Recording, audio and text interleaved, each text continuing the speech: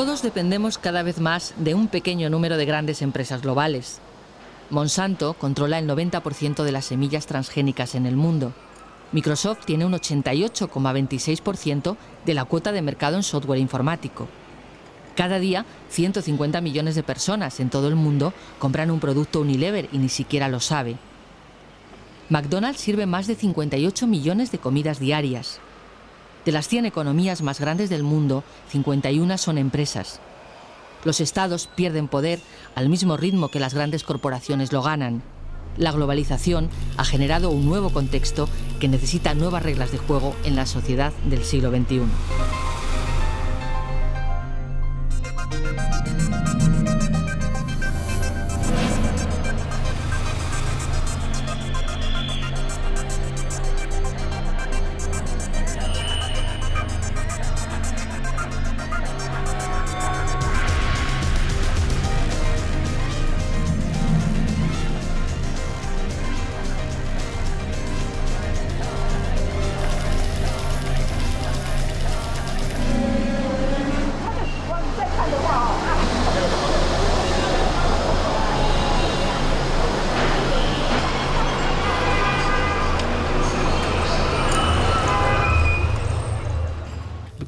Vivimos en un mundo global, es un mundo pequeño. Lo que pasa en África afecta a la gente en Europa, lo que pasa en India afecta a la gente en Australia, lo que pasa en Latinoamérica afecta a la gente en España, de manera que necesitamos buscar un cambio. Ahora no existen dos modelos de planificación, por así decir, de asignación de recursos, es solo el mercado y sobre todo hay una serie de países que están siendo muy importantes, muy relevantes. Y añadiría otro aspecto más. La concepción del Occidente como el faro del movimiento de todos los países ya no es así. Es decir, las religiones, los países árabes, otra serie de valores y motivaciones están interfiriendo, con lo cual, bueno, pues podemos decir que el entorno, el contexto actual es muy distinto al de Bretton Woods. Ya no es de unos grandes potencias que lucharon en la guerra, sino es un mundo de verdad. Ahora sí que podemos decir que estamos hablando de un mundo.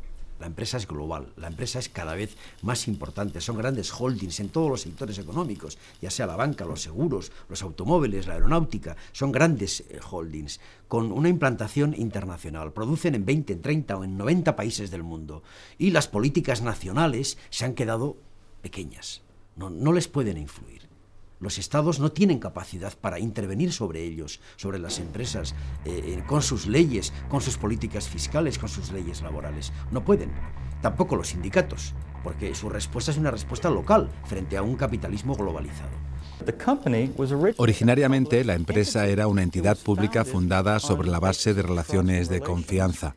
La palabra compañía en Italia proviene del latín, cuyo significado original es compartir el pan. Es decir, estaba basado en la familia y en relaciones de confianza, compartiendo esfuerzos por el bien común en áreas como la construcción de puentes o en el suministro de agua para la comunidad.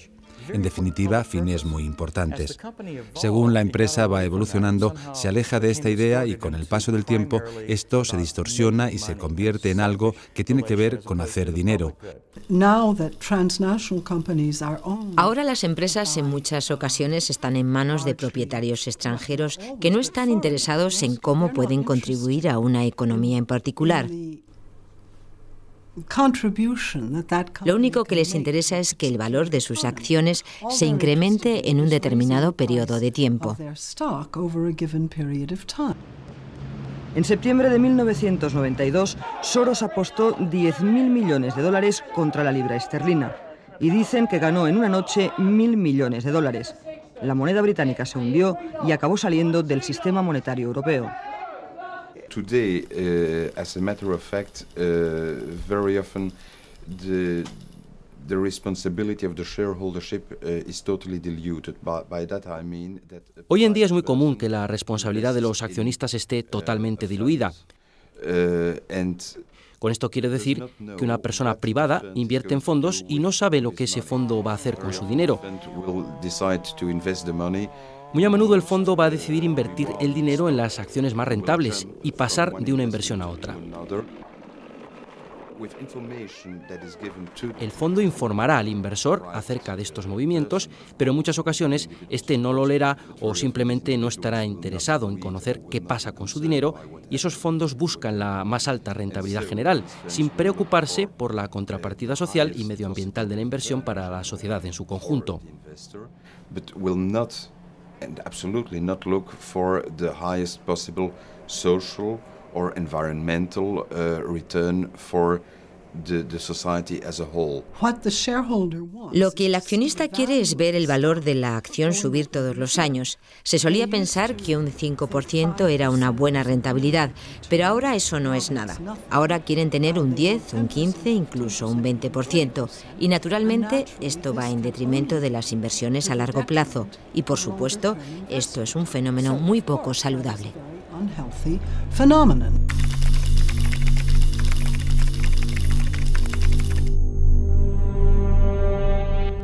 En los últimos años hemos visto en diversos sectores una concentración de empresas. Muy pocas compañías han acabado con una gran cuota de mercado y una gran concentración de poder. Uno de mis colegas en Estados Unidos dice que en la mayoría de los sectores solo puedes ver 2 o 3 actores principales alrededor del mundo. ¿Es esto preocupante? Una gran empresa hoy en día es una estructura muy compleja. Cuando las empresas actúan, hay 2 organigramas, pero en la práctica hay una estructura que no es la funcional, que es la que opera realmente en la dirección estratégica de un gran grupo. Cuando digo un grupo, estamos hablando de un grupo que posee el control, por ejemplo, en algunos casos, de 5.000 empresas. El problema jurídico y el problema formal está que va a existir un consejo de administración, que es el tenedor del control político de las 5.000 empresas, y después una estructura ad hoc, que muchas veces no es conocida, por supuesto, por el gran público, ni siquiera por los mismos empleados de las empresas. Ya no vivimos en un mundo de naciones e ideologías, señor Bill. El mundo es un colegio de corporaciones, inexorablemente dirigido por los estatutos inmutables de los negocios.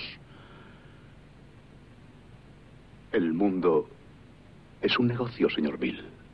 Este aumento de poder de grandes empresas las hace, diríamos, competidoras con el poder del Estado. Algunos estados, no todos, pero algunos estados son muy débiles y no están en condiciones de poner reglas a grandes corporaciones que poseen poderes no jurídicos, no políticos, pero sí enormes poderes económicos, que determinan, por lo tanto, aspectos esenciales de la vida de los ciudadanos. No existe América, no existe la democracia, solo existe la IBM, la ITT, la AT&T, y DuPont, Dow, Union Carbide y Exxon. Esas son las naciones del mundo hoy día.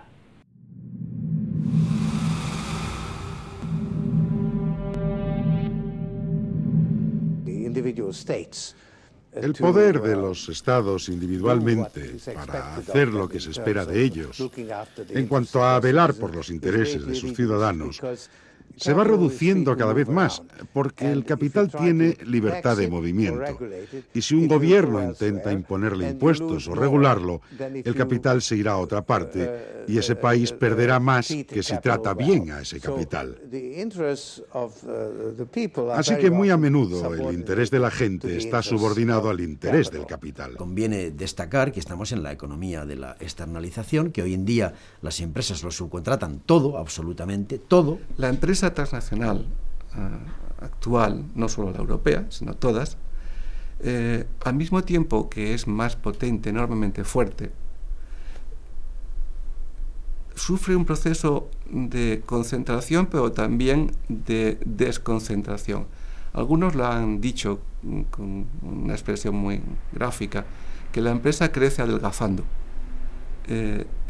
Efectivamente, sabemos que las empresas, muchas de las actividades que antes hacían ellas mismas, las descentralizan. Al mismo tiempo, este proceso de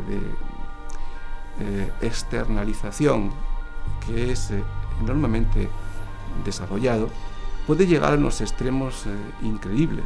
Puede llegar hasta el extremo que la empresa como tal se limita a ser un mero gabinete de diseño establecido en cualquier parte del mundo, en Milán o Nueva York, con unas sede central en la que se manejan los aspectos financieros con no mucha gente, y a partir de ahí el resto ya no son la empresa. La globalización está acelerando este proceso, una nueva distribución del trabajo en el mundo, una nueva división de la producción en el mundo. Creo que es un error creer que se puede parar la transferencia de producción entre países y está muy claro para nosotros que los países no van a mantener la producción que han tenido en el pasado. Si los sindicatos en el siglo XIX hubieran dicho vamos a mantener la producción donde está para siempre, el 95% de los suecos hoy trabajarían en la agricultura. Esto es absurdo. Por lo tanto, los trabajos se van a mover, la inversión se va a mover. Un fabricante puede utilizar la mano de obra de Indonesia, a la cual se la paga un salario miserable, y sin embargo venderá ese producto en Europa, por ejemplo, a unos precios que el trabajador de Indonesia no podrá nunca comprar el producto que él mismo ha fabricado. El gran desafío de la globalización es controlar los procesos e imponer una regulación mínima sobre estos procesos. Nuestra preocupación no es si el trabajo se hace en Bélgica o en India, sino en qué condiciones se hace el trabajo en Bélgica o India. Y en esto, el asunto clave es el respeto a los derechos de los trabajadores.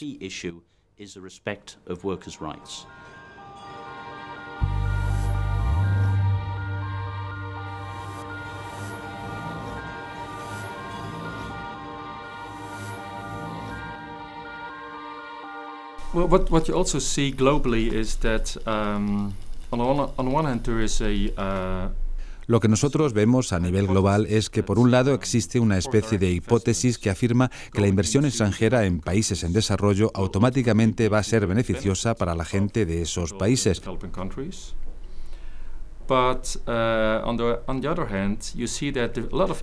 Pero por otro lado, se puede observar que muchos países en desarrollo como Indonesia, Filipinas o Tailandia están compitiendo unos con otros para atraer la inversión extranjera. De manera que al final las grandes marcas que invierten en países como Indonesia, Filipinas o Tailandia estarán confrontándose con violaciones de estándares internacionales porque cada país bajará sus estándares sociales y medioambientales simplemente para atraer esa inversión extranjera.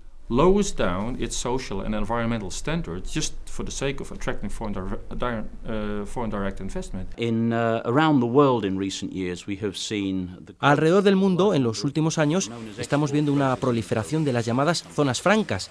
Estas son territorios en diferentes países, a menudo geográficamente separadas del territorio nacional, donde los trabajadores están contratados para producir exclusivamente para la exportación. Las empresas que operan en estas zonas tienen ventajas fiscales. Estos son, en cierto sentido, enclaves separados del territorio nacional.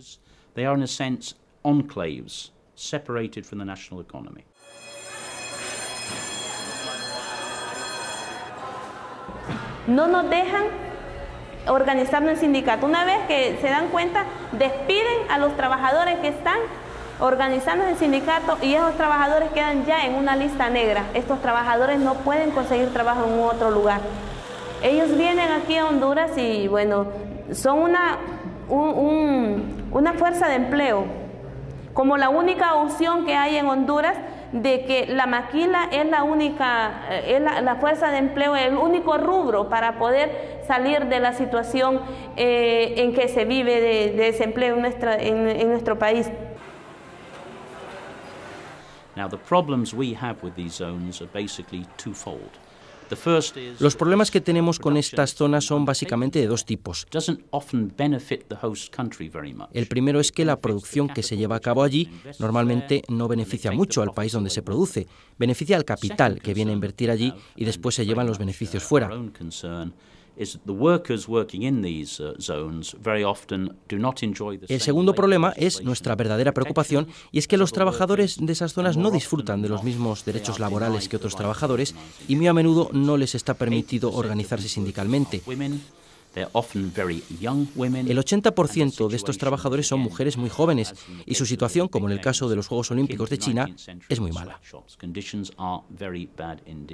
Este tipo de empresas multinacionales lo que hacen es crear, a través de sus órganos de gestión, estructuras jurídicas para eliminar la responsabilidad jurídica de los directores y de los tenedores de las acciones. Hay una segunda estructura que deriva la responsabilidad jurídica a paraísos fiscales. En este caso, los paraísos fiscales no se usan para ocultar dinero, que es lo que la gente cree normalmente, y que también es cierto, pero se crean para crear unidades jurídicas que eliminen la responsabilidad de la empresa principal. Y como tercero o cuarto elemento está la ingeniería contable y financiera, que se hace también a través de empresas creadas en estos paraísos financieros que permiten no solo ocultar beneficios, sino ocultar pérdidas o ocultar mercados clandestinos, monopolizados, como era el caso de Enron, donde se fijan precios de manera ilegal, en el caso de Enron, de la compra de corriente a las redes de alta tensión en el mercado mayorista. Enron, which failed, you know the story of Enron. Enron, cuando quebró, tenía más de 700 empresas solo en las Islas Caimán, de manera que es posible hacer juegos ilimitados con esa cantidad de empresas y lugares donde dejar el dinero por el tiempo que sea necesario.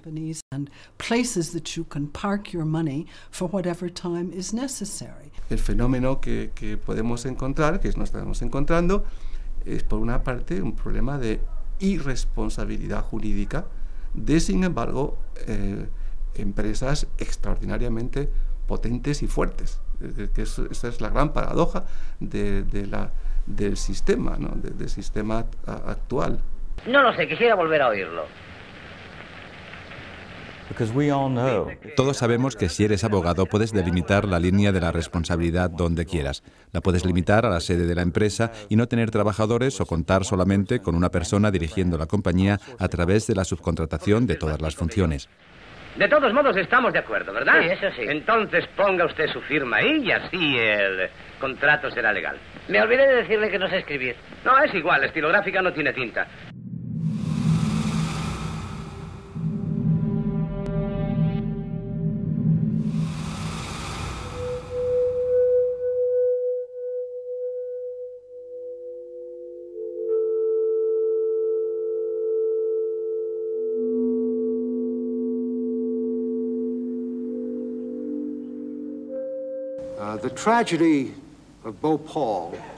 La tragedia de Bhopal nos ha sobrepasado a todos nosotros en Union Carbide. Evidentemente sentimos una enorme tristeza por todos los afectados en Bhopal. Una cosa que desearía poder decirles hoy es qué pasó allí, pero en este momento simplemente no lo sabemos. It is right that for the extreme abuses, like the Bhopal disaster. Es verdad que los abusos extremos como el desastre de Bhopal en India 20 años atrás, donde tuvo lugar un envenenamiento masivo, mucha gente murió y aún la tierra no ha sido adecuadamente recuperada. Nadie de esta compañía americana ha sido llevado ante la ley por todas esas pérdidas humanas.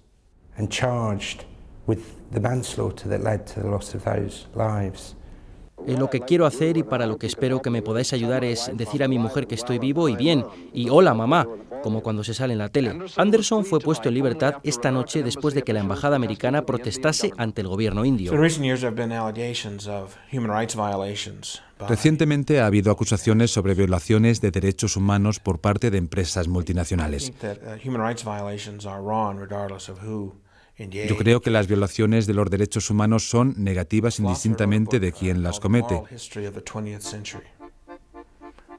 Un filósofo escribió un libro llamado La historia moral del siglo XX, y en ese libro el filósofo, cuyo nombre no recuerdo, detalla las violaciones de derechos humanos durante el siglo XX de una manera muy clínica.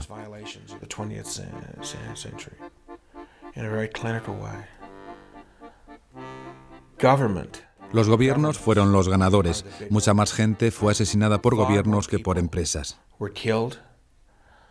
Y esto no excusa a las empresas que han podido participar en violaciones de derechos humanos. Pero hay que decir que cuando hay violaciones de derechos humanos, desde mi experiencia, es por enfrentamientos con gobiernos.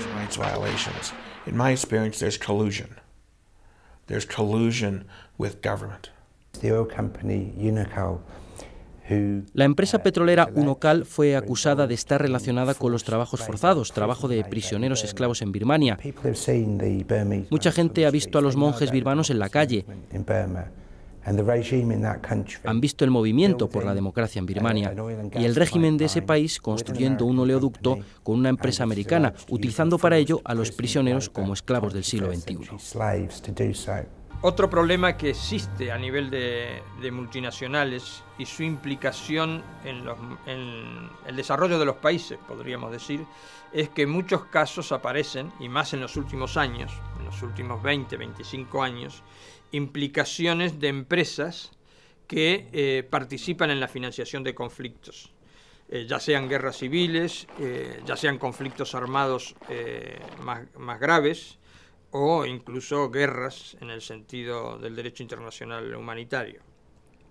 El caso más típico ha sido, y muy conocido, son las empresas de diamantes en África, el caso de las empresas petroleras implicadas en las guerras civiles en algunos de los países africanos también.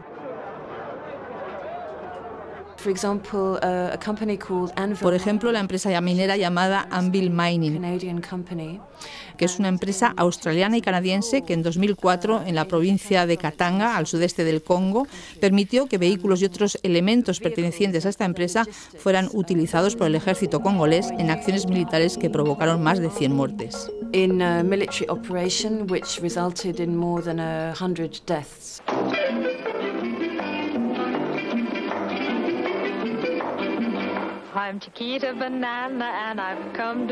Últimamente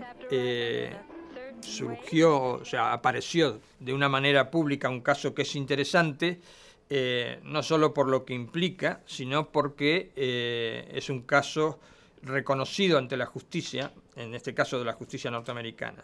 Y nos referimos a Chiquita Brands. El 13 de marzo del 2007 reconoce ante la Fiscalía norteamericana que financió con pagos a las Autodefensas Unidas de Colombia, que es un grupo paramilitar acusado en Colombia de crímenes sistemáticos de población civil, o sea, prácticamente de crímenes contra la humanidad, y de implicación en el mercado de la droga, en el mercado de la cocaína.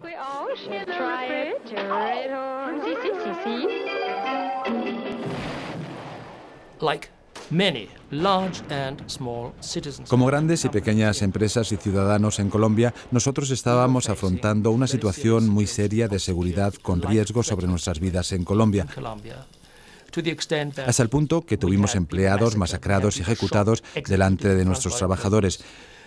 Y esta situación era relativamente habitual en las zonas rurales donde nosotros trabajamos como granjeros.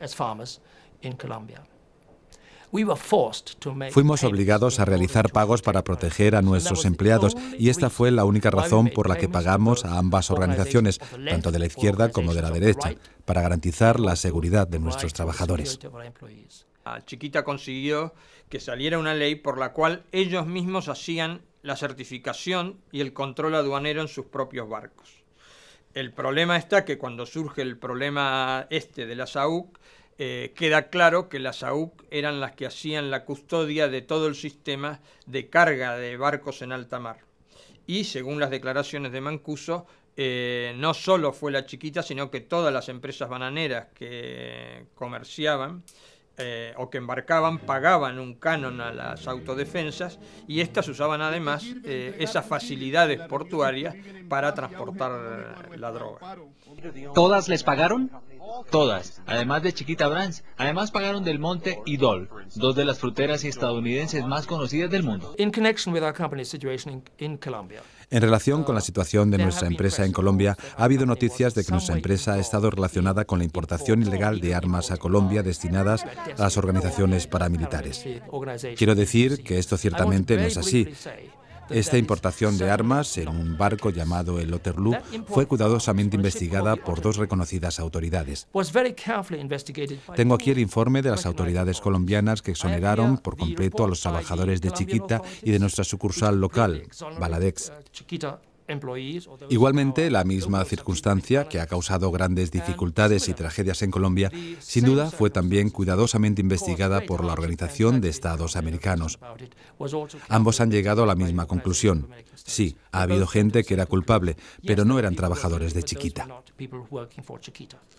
La policía encontró en Amalfi, Antioquia, estos 7 fusiles AKM en un operativo contra Mario Rendón, alias Don Mario, líder del grupo paramilitar llamado Héroes de Castaño. El operativo no sería muy importante si no fuera porque las armas hacen parte de un cargamento de 3.500 fusiles búlgaros que los paramilitares compraron en Nicaragua. Fusil AK-47. El mismo cargamento de armas que metió en problemas a la bananera Chiquita Brands porque, según las investigaciones judiciales, llegó al puerto de esa compañía multinacional en turbo a bordo de este buque, el Waterloo.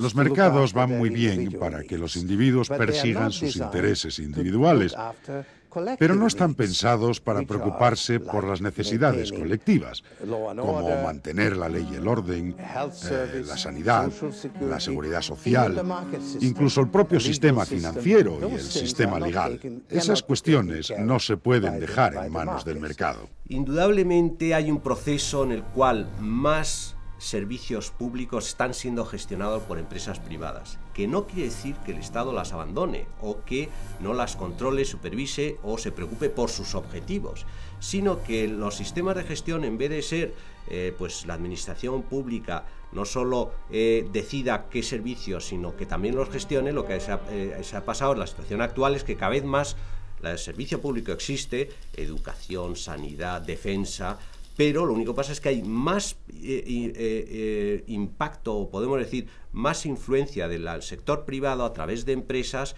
que se ocupan de algunos temas concretos. Cuando hablamos de la privatización de servicios, generalmente se habla de la privatización del agua, de la luz, de lo que la gente conoce, digamos básicamente. Pero en los últimos años ha habido un aspecto que es especialmente grave, porque afecta a dos cosas. Afecta a los conflictos armados en forma directa y afecta además al derecho internacional humanitario. Nosotros desde nuestra óptica entendemos que lo que se ha hecho es una privatización de los servicios militares. Esta es una política que durante el gobierno de Bush especialmente se ha agudizado a tal punto de que hoy sabemos que prácticamente en la guerra de Irak hay lo que podríamos llamar un ejército privado de empresas que han sido subcontratadas ya sea por el Ministerio de Defensa o por el propio ejército norteamericano y que actúan como fuerzas de control policial y de ocupación sin cumplir, al ser empresas privadas, por decir así, sin cumplir las normas que se le exigen a un ejército según el derecho internacional humanitario.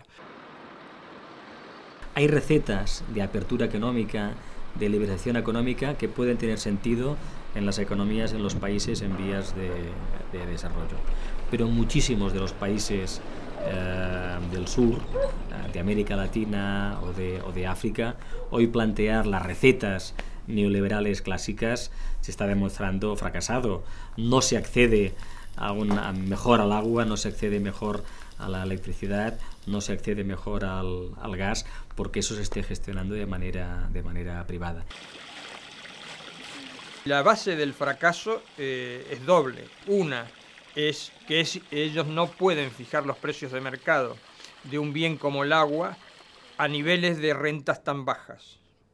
Segundo, trae un problema de resistencia de la población y de los sindicatos, por una cuestión elemental y muy simple de entender. O sea, toda la población de rentas bajas o mejor no, pero que están incluso por debajo del nivel de subsistencia, o sea, de la renta de subsistencia medida a niveles de renta de esos países, pues directamente quedan fuera del servicio de agua. Eso es insoportable desde el punto de vista de un Estado, por más de un Estado de Derecho, por más que se pretenda poner las privatizaciones por encima de los derechos civiles incluso.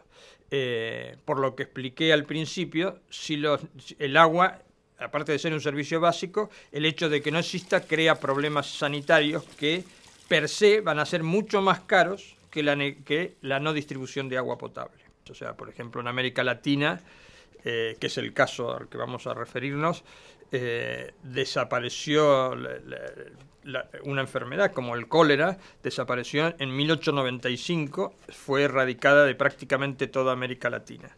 Después de los programas de privatización volvió a reaparecer y en algunos países es casi endémica en este momento. Lo que está emergiendo es la necesidad de introducir en los procesos y en la actuación de la empresa preocupaciones que van más allá del puro beneficio. El asunto es cómo estas preocupaciones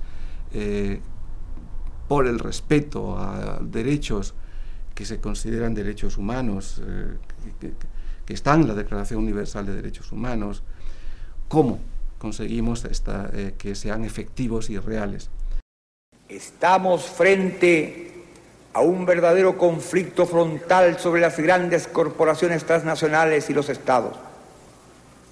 Estos aparecen interferidos en sus decisiones fundamentales, políticas, económicas y militares por organizaciones globales que no dependen de ningún estado y que en la suma de sus actividades no responden ni están fiscalizadas por ningún parlamento, por ninguna institución representativa del interés colectivo. En una palabra, es toda la estructura política del mundo la que está siendo socavada.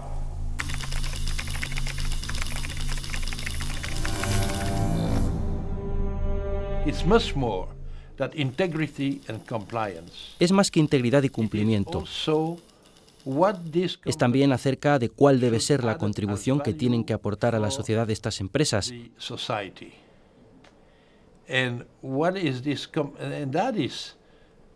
Esto es responsabilidad social corporativa.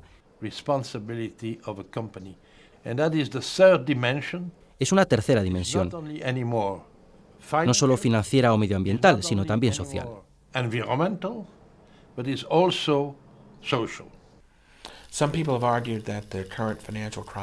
Alguna gente argumenta que la crisis actual nos va a permitir un modelo empresarial diferente. Yo creo que habrá muchos cambios, mucha nueva regulación. Pero si no resolvemos el problema fundamental, habrá una nueva crisis. Yo recuerdo la crisis de responsabilidad social en los años 60. Luego volvió a ocurrir en los 70. En los 80 hubo un escándalo en Wall Street con el comercio interno de Estados Unidos. Y en los 90 tuvimos la burbuja de Internet, Enron, Parmalat y el escándalo del programa de petróleo por alimentos. De manera que se puede hablar de una historia de los escándalos, pero ¿qué es lo que causa los escándalos? Lo que causa escándalos es que los negocios y la ética no van juntas. Cuando le digo a alguien que yo enseño ética en los negocios, es como una broma. Como dos palabras que pones juntas y son contradictorias. Ese es el problema. Vemos el capitalismo como algo relacionado solo con la economía y no con la ética. Responsabilidad social de la empresa es un concepto que ha surgido en el siglo XXI como consecuencia de los cambios que configuran a la empresa, ¿no? La empresa ya no es solo un objeto de negocio. La empresa es ya cada vez más un objeto de intercambio, de comunicaciones, de intereses conjuntos, ¿no? Y en mi opinión, la responsabilidad social de la empresa es responder a esos intereses, no solo en la búsqueda del beneficio, sino en una relación honrada con todos ellos, en una relación honesta con todos ellos, consciente de que la empresa tiene cada vez más impactos medioambientales, más impactos sociolaborales, más impactos económicos y comunitarios. Una empresa decide relocalizarse y deslocalizarse, o invertir aquí o invertir allá, y la vida de una comunidad, de un pueblo entero, depende de eso.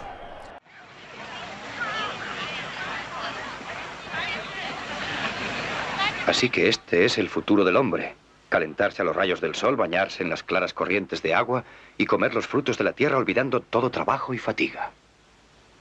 Bueno, ¿y por qué no?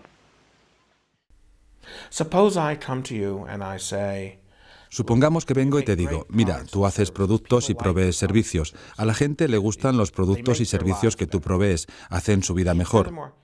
Y mejor aún, los trabajadores quieren trabajar para ti. Hay una larga cola de gente que quiere trabajar para ti porque les tratas bien y ellos pueden manifestarse libremente, estar comprometidos y pueden ser innovadores. Los proveedores quieren trabajar para ti porque tú los haces mejores y ellos te hacen mejor a ti. Es una relación mutua. Las comunidades locales te quieren en su comunidad porque actúas como un buen ciudadano y además haces dinero. Creo que eso es responsabilidad social corporativa. Es crear valor para los clientes, proveedores, empleados, comunidades locales y accionistas. Yo he estado bromeando acerca de llamarlo responsabilidad empresarial con los grupos de interés.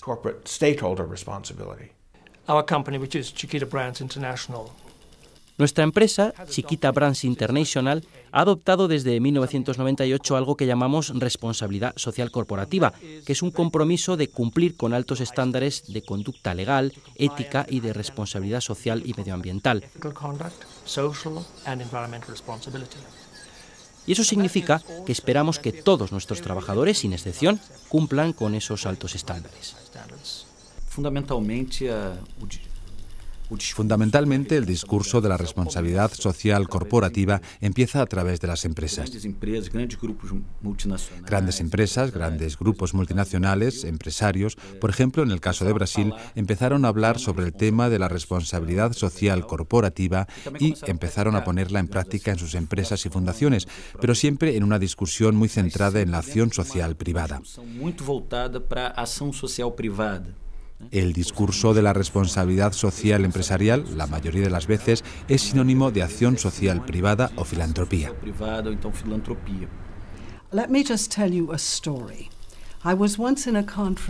Déjame que te cuente una historia. Una vez estaba en Viena en una conferencia sobre responsabilidad social corporativa y estaba en un panel con gente de empresas y yo dije que la primera responsabilidad de una empresa es pagar sus impuestos, porque sabemos que las empresas multinacionales cada vez pagan menos impuestos y eso aumenta la presión fiscal sobre los consumidores, los individuos y las empresas locales. And this puts the tax burden on consumers, on individuals and on local businesses. Entonces, el hombre que estaba a mi lado dijo: pero yo soy un abogado fiscal. Mi trabajo es asegurarme de que las empresas paguen los impuestos mínimos posibles. De manera que yo creo que la responsabilidad social corporativa es, muy a menudo, una máscara para no hacer nada. Hay que decir que hay personajes como Henry Ford, Andrew Carnegie y otros hombres de negocios exitosos como Rockefeller que también tenían un gran instinto filantrópico. Lo mismo podemos decir de empresarios de hoy como William Buffett o Bill Gates. Lo que pasó es que ellos se dieron cuenta de que la responsabilidad social corporativa va mucho más allá de la filantropía, que no está mal, pero que es solo un parche sobre el problema.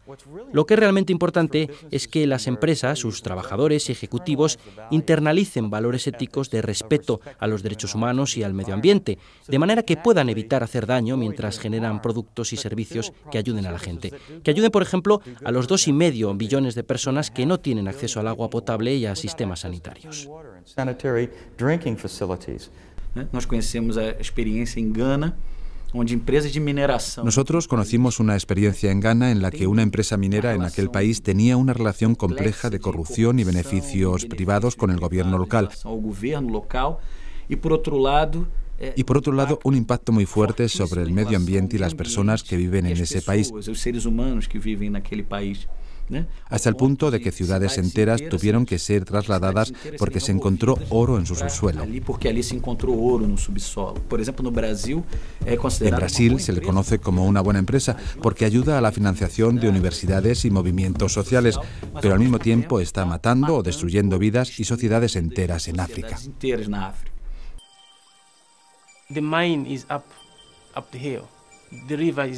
La mina está en lo alto de una colina, el río está en la misma zona que la mina. Entonces, lo que pasa es que cualquier vertido de la mina contamina el agua que la gente utiliza para beber.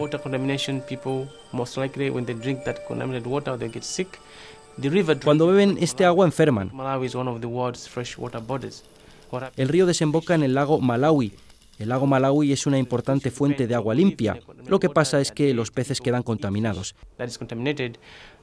Al final el lago queda destruido y todos los que dependen de él para comer y beber enferman.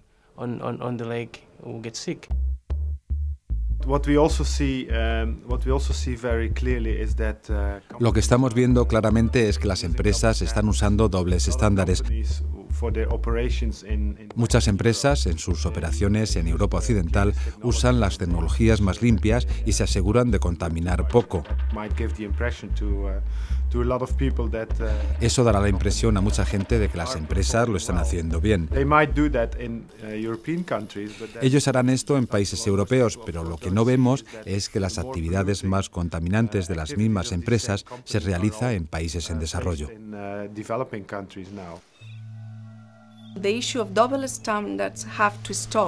El tema de los dobles estándares tiene que terminar.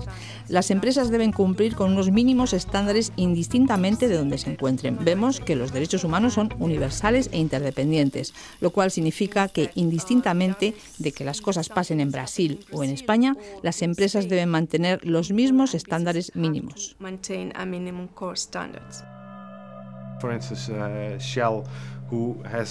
Por ejemplo, Shell, que tiene refinerías relativamente limpias en Europa Occidental, usa una tecnología más antigua en otras partes del mundo. Por ejemplo, la quema de gas en Nigeria. El 75% del gas en Nigeria es quemado, y esto sería algo totalmente inaceptable en un país como Holanda, Francia o Dinamarca. De manera que en estos países ellos queman una muy pequeña parte del gas. Son estos dobles estándares los que tenemos que solucionar, porque si no, tendremos una Europa limpia y el resto del mundo contaminado.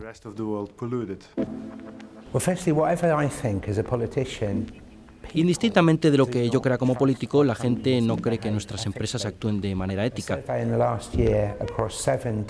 Un estudio realizado en 7 países industrializados con una muestra de 5.000 personas muestra que, comparado con solo 5 años atrás, la gente opina que las empresas están actuando peor. Hemos empeorado.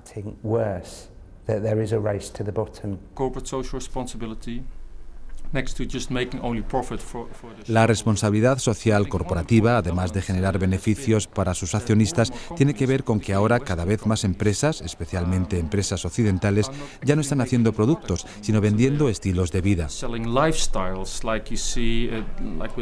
Como IKEA, H&M, Zara, Nike o Adidas, etc. Nike, Adidas, etc. They also even saying that, incluso ellos mismos dicen que ya no están vendiendo un producto, sino un estilo de vida, y de una manera u otra se han dado cuenta que si vendes un estilo de vida, automáticamente tienes acceso a los segmentos más ricos del mercado y a la gente joven, que estará dispuesta a gastar mucho dinero para comprar unas zapatillas de Nike, ropa de Gap y otras marcas. Spend a lot of money to buy Nike sneakers or clothing from Gap and other brands. Pero al mismo tiempo las empresas se han dado cuenta de que se vuelven vulnerables.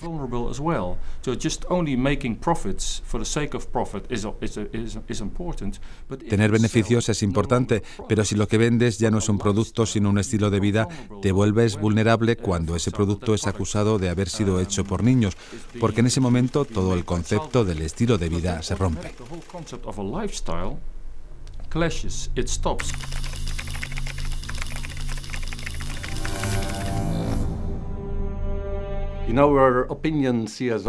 En nuestra opinión, la responsabilidad social corporativa debería ser voluntaria, porque eso es exactamente lo que la responsabilidad social es.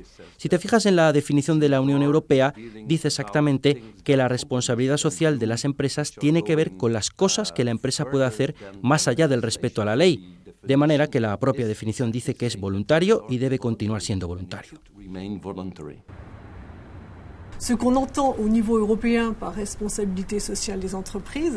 Lo que entendemos a nivel europeo como responsabilidad social corporativa son iniciativas voluntarias que van más allá de las leyes y los acuerdos firmados por los agentes sociales. Esta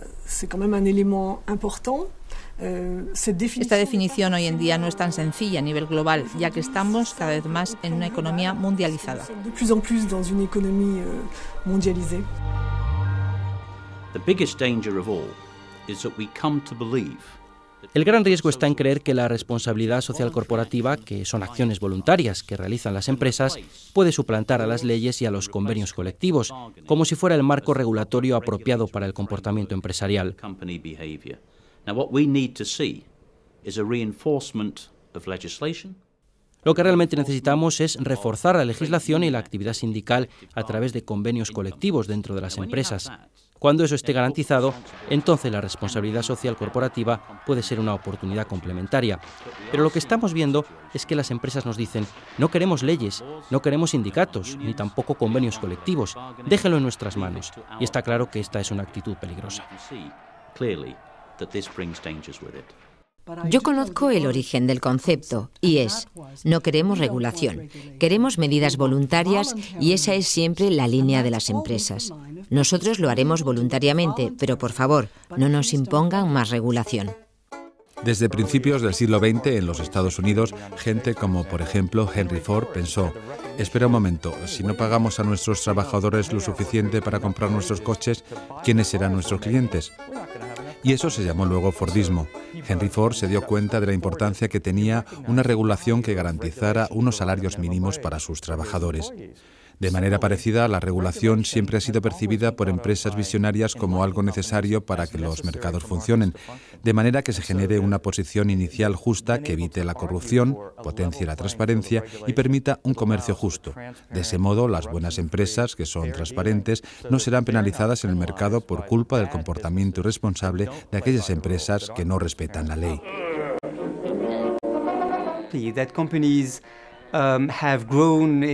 Las empresas han crecido tanto en tamaño como en su capacidad para influir. Se les han reconocido muchos derechos en las leyes internacionales. El derecho de los inversores a invertir en cualquier lugar del mundo, como saben, está muy protegido por varias instituciones e instrumentos internacionales. Y los estados, por el contrario, tienen cada vez más problemas para regular a las empresas.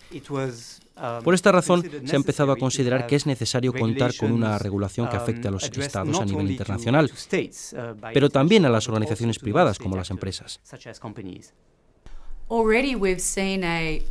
Estamos viendo que están proliferando mecanismos destinados a promover la responsabilidad social corporativa a nivel global. Un buen ejemplo de esto son las líneas directrices de la OCDE para empresas multinacionales, que son una serie de principios de aplicación voluntaria que pretenden promover la responsabilidad social corporativa y el comportamiento ético de las empresas multinacionales sin importar el lugar donde se encuentren.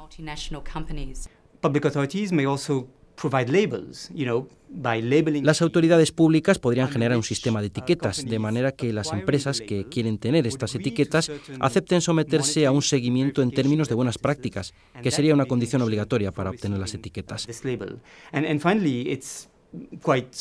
Otra opción posible, y en ciertos países como Francia o Inglaterra se ha hecho, es que las empresas estén obligadas a informar sobre su actividad en términos de impactos medioambientales y sociales, de manera que se facilite el desarrollo de la inversión socialmente responsable. Por tanto, hay herramientas que los gobiernos pueden usar para conseguir que las empresas que tienen un mejor comportamiento, que son las mejores en su responsabilidad social corporativa, obtengan un beneficio directo por sus buenas prácticas. El debate en el que ahora estamos, en el debate de las líneas de la OCDE para multinacionales o los trabajos de la Comisión de Naciones Unidas para Derechos Humanos y las empresas, son la evidencia de que ese mundo pequeño, de que ese mundo complejo, no podemos gobernarlo ya exclusivamente desde España o desde Estados Unidos o desde la India, sino que los problemas, las necesidades, las discusiones que tenemos son de escala global y lo que hay que discutir es qué reglas del juego podemos compartir todos los seres humanos que vivimos en el planeta Tierra. Los estándares son necesarios para definir un marco de actuación para las empresas en su relación con los derechos humanos. Por ejemplo, no está claramente definido qué debemos exigir de una empresa que opera en un entorno complicado, en una zona de conflicto. ¿Qué es lo que las empresas deben hacer o no hacer en esas situaciones? De manera que tener estándares definidos y aceptados por todas las partes implicadas es un paso importante para poder regular el comportamiento de las empresas. Señor, yo entregaré estos mandamientos a tu pueblo. Oídme, escuchadme, prestad atención. El Señor Jehová os ha dado a todos estos 10 Las normas de Naciones Unidas para las empresas multinacionales fueron lo más cerca que hemos estado de conseguir un marco regulatorio para la actividad de las multinacionales. Pero este fue un proceso político muy difícil. También hubo una fuerte reacción por parte de sectores empresariales importantes y asociaciones de empresarios, de modo que no fue un proceso fácil. Pero el solo hecho de que las empresas multinacionales se hayan sentado a hablar sobre los derechos humanos ya es un paso. Y es un paso en la dirección correcta. Las normas de Naciones Unidas para empresas multinacionales no fueron aprobadas por el Consejo por varias razones. Creo que claramente por la presión de los lobbies empresariales en contra de ellas.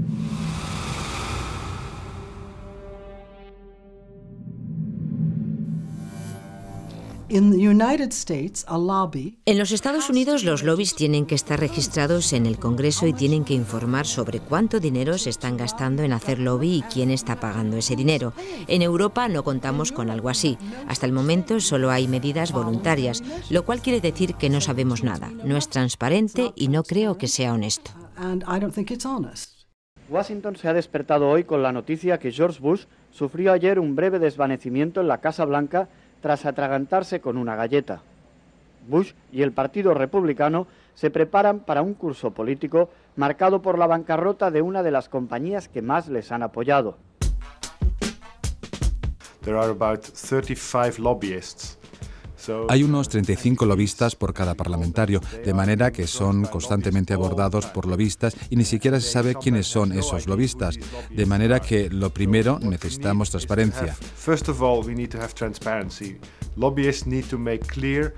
Los lobistas tienen que decir claramente para quién trabajan, en qué asuntos están trabajando, quién les está pagando y cuánto dinero se está gastando en esa actividad.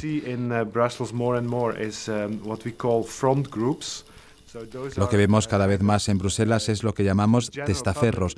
Para el público en general se presentan como organizaciones que realizan campañas, pero si se investiga un poco resulta que en realidad son organizaciones creadas por empresas.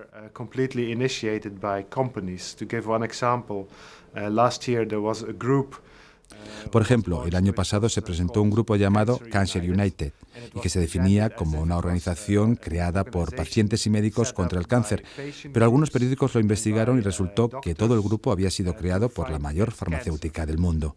When some newspapers looked more closely into it, then it turned out that the whole group was set up by the biggest pharmaceutical company in the world. So, here we are in front of the BMW Group. Aquí estamos, enfrente de la sede de BMW en Bruselas y vamos a felicitarlos por su nominación al premio al Peor Lobby 2007. Me pregunto qué nos van a decir. I wonder what they're going to say.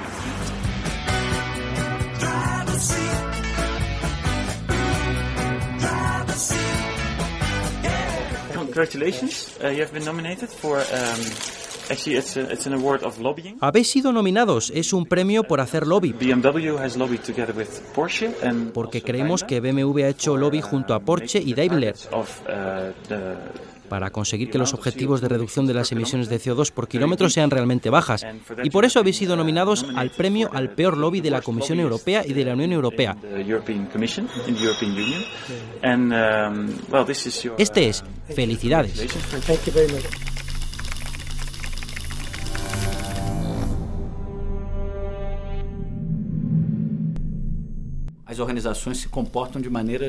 Las organizaciones se comportan de las maneras más diversas, como trabajar juntos o dialogar con las empresas, y algunas también tienen un papel estratégico de denunciar, criticar y hacer campañas y boicots.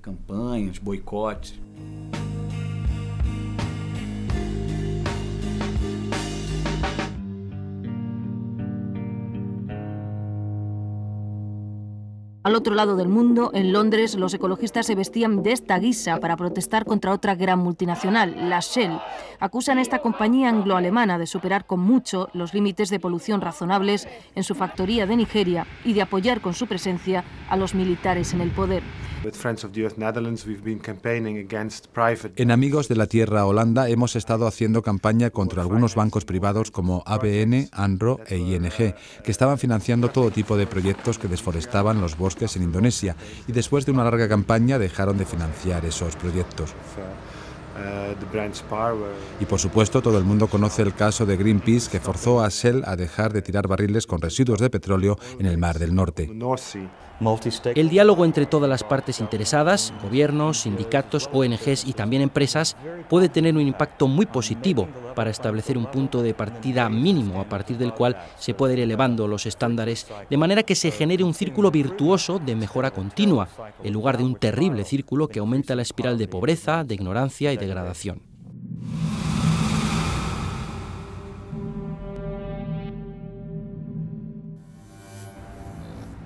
A veces olvidamos que la RSE no será algo verdaderamente inapelable desde el punto de vista social para las empresas si no hay una sociedad que la demanda. Yo creo que esto es fundamental y por eso nos faltan políticas de demanda, políticas que aseguren que los ciudadanos quieren comprar con criterios de responsabilidad. Estamos muy interesados en la calidad de los medios de comunicación en los países democráticos en general. Creemos que es un gran problema en cuanto a la pluralidad y el acceso a diferentes fuentes y opiniones que los medios de comunicación estén en manos de muy pocos. El consumidor tan solo actúa hoy respecto a una empresa con una actuación reactiva. Hay una empresa que hace una cosa mal porque alguien la está denunciando y yo tomo la decisión de no comprar ese producto o ese bien o ese servicio que ofrece esa pregunta. Pero hoy el consumidor aún no ha asumido que con sus decisiones de compra per se puede tener capacidad de cambiar los comportamientos de las empresas. I think if the companies, wherever they are in the world, Yo creo que si las empresas, estén donde estén, bien en países en desarrollo o países industrializados, no cumplen con unos estándares mínimos de calidad, de buena gestión, de seguridad social, de protección medioambiental, serán sancionadas por el mercado. Yo no creo demasiado en las actitudes críticas del consumidor todavía. Curiosamente, las encuestas nos dicen que la gente digamos, tiene una tendencia o una potencialidad a ser un consumidor responsable. Pero desgraciadamente me temo que seguimos comprando, como dice el refrán, bueno, bonito y barato, pero no bueno y responsable, ¿no? Me temo que todavía no. So, on the one hand, the role of consumers has become more important. Por un lado, el papel del consumidor es cada vez más importante y por otro lado vemos que las empresas y los gobiernos occidentales nos dicen que la responsabilidad social corporativa debe ser un ejercicio voluntario, porque al final será el consumidor el que decida. Yo creo que están equivocados, porque al final el consumidor decide sin tener en cuenta las condiciones laborales o si los productos que van a comprar han sido producidos en condiciones adecuadas o no. ¿Por qué? Porque los consumidores no están bien informados y muchas veces están confundidos con tantas etiquetas. Etiquetas de comercio justo, etiquetas éticas, etiquetas medioambientales. De manera que al final el consumidor dice, ¿cómo puedo decidir?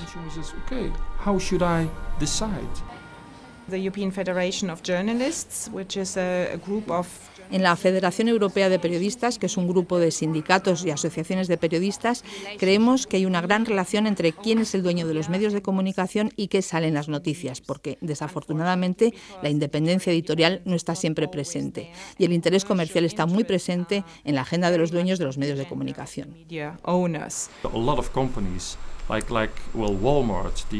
Muchas empresas como Walmart la cadena de supermercados americanas tienen 10 o 20.000 proveedores diferentes en China. ¿Cómo se puede controlar algo así? Si la propia empresa no puede controlar esto, ¿cómo va a poder el consumidor en Estados Unidos o en Holanda tomar una decisión al respecto? Creo que hay una clave en esto y es que las corporaciones, aunque subcontraten todo, deben estar obligadas a facilitar información. Well, reporting is of course extremely important, because el informe es extremadamente importante por la moda de ser responsable. Le llamamos responsabilidad social corporativa. Responsible corporate social responsibility, as we call it, it has become a fashion. Se ha convertido en una moda. De manera que es fácil para una empresa decir que a partir de ahora no aceptarán el trabajo infantil, respetarán los derechos humanos, no perjudicarán el medio ambiente, usarán los recursos naturales correctamente. Y todo eso es muy fácil de decir, pero si no informan de lo que están haciendo, nadie dentro o fuera de las empresas podrá verificar que eso que se dice es cierto.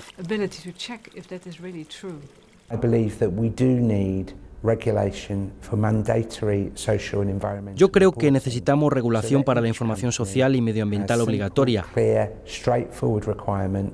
para que todas las empresas tengan unos requerimientos claros y simples sobre los que deben informar a los consumidores, a los accionistas, a los grupos de interés y a todos nosotros. Deben hacerlo obligatoriamente con su información financiera. ¿Por qué no con la información sobre su impacto en la sociedad y en nuestro planeta? En el debate de la responsabilidad social corporativa en el área específica del respeto a las normas de derechos humanos y las normas medioambientales, podemos ver el impacto de las empresas chinas e indias apuntándose a la globalización que está teniendo lugar. El problema es que esas empresas chinas o indias no tienen la misma tradición de cumplimiento de estándares sociales o medioambientales que tienen las empresas norteamericanas o europeas, y como resultado hay una posibilidad real de que haya una rebaja global de los estándares debido a la entrada de miles de esas empresas chinas o indias.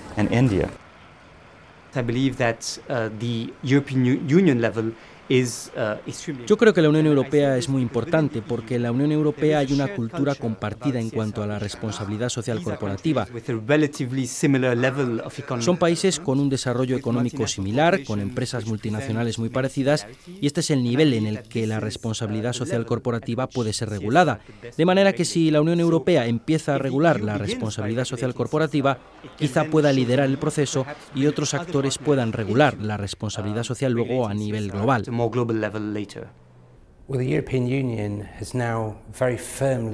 La Unión Europea está abordando firmemente el tema de la rendición de cuentas de las empresas. Estamos hablando sobre ello, pero ¿hemos conseguido algo? Aún no. Pero Europa va a hablar con una voz más fuerte y unida en los debates internacionales que están teniendo lugar para que podamos conseguir junto a Naciones Unidas y el mundo que las compañías rindan cuentas sobre su actividad.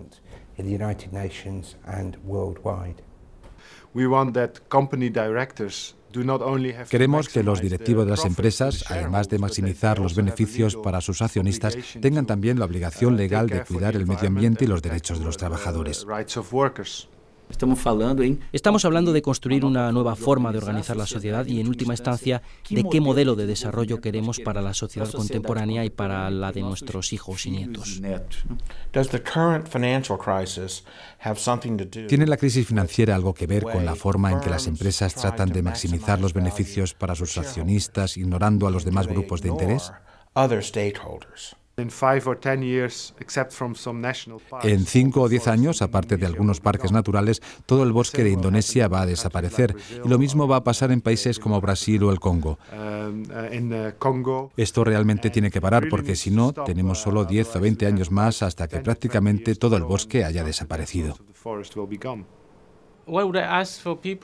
¿Qué le diría a la gente, a los accionistas y consumidores en los países occidentales que se benefician de las actividades de estas empresas mineras? Les diría que se están beneficiando del trabajo sucio, que la gente que usa oro y diamantes están usando diamantes manchados, que los accionistas de esas empresas se están beneficiando del dinero sucio y recibiendo mucha rentabilidad por su inversión, pero es dinero sucio. Es tiempo de actuar responsablemente, es tiempo de apoyar la lucha de la gente en los países en desarrollo, en Latinoamérica, en África y en Asia. ¿Crees que deberías apuntarte a alguna organización o quieres seguir solo en tu pequeño rincón por el resto de tu vida? Quizá te gustaría contribuir a construir un mundo más justo. Las grandes empresas transnacionales no solo atentan contra los intereses genuinos de los países en desarrollo, sino que su acción avasalladora e incontrolada se da también en los países industrializados donde se asientan. Es nuestra confianza en nosotros lo que incrementa nuestra fe en los grandes valores de la humanidad y en la certeza de que esos valores tendrán que prevalecer, no podrán ser destruidos.